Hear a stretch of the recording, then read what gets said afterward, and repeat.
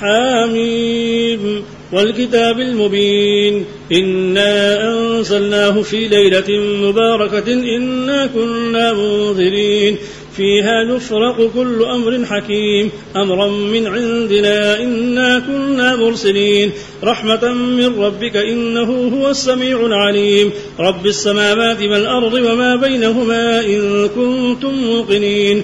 لا إله إلا هو يحيي ويميت ربكم ورب آبائكم الأولين بل هم في شك يلعبون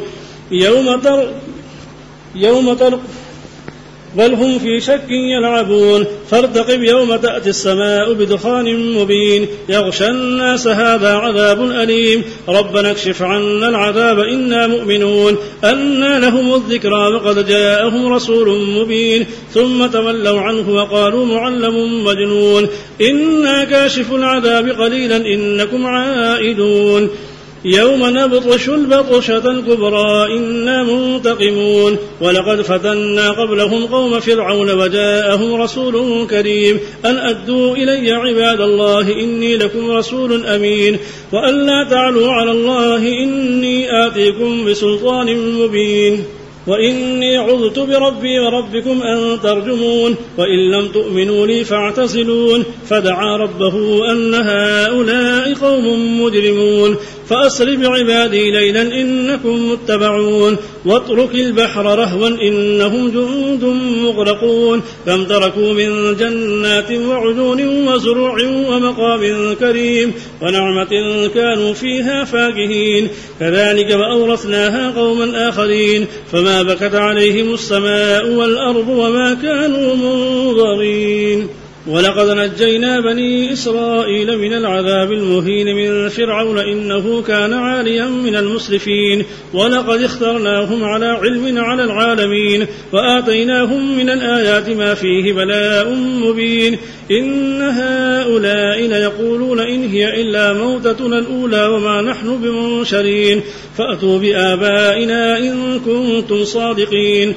أهم خير أم قوم تبع والذين من قبلهم أهلكناهم إنهم كانوا مجرمين وما خلقنا السماوات والأرض وما بينهما لاعبين ما خلقناهما إلا بالحق ولكن أكثرهم لا يعلمون إن يوم الفصل ميقاتهم أجمعين يوم لا يغني مولى عن مولى شيئا ولا هم ينصرون إلا من رحم الله إنه هو العزيز الرحيم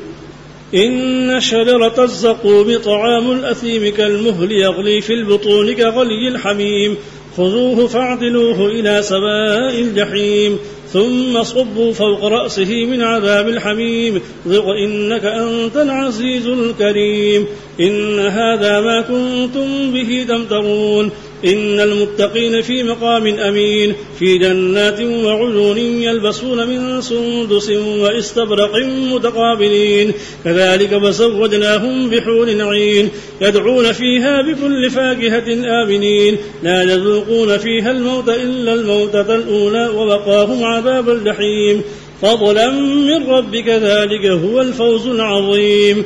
فإنما يسرناه بلسانك لعلهم يتذكرون فارتقب إنهم مرتقبون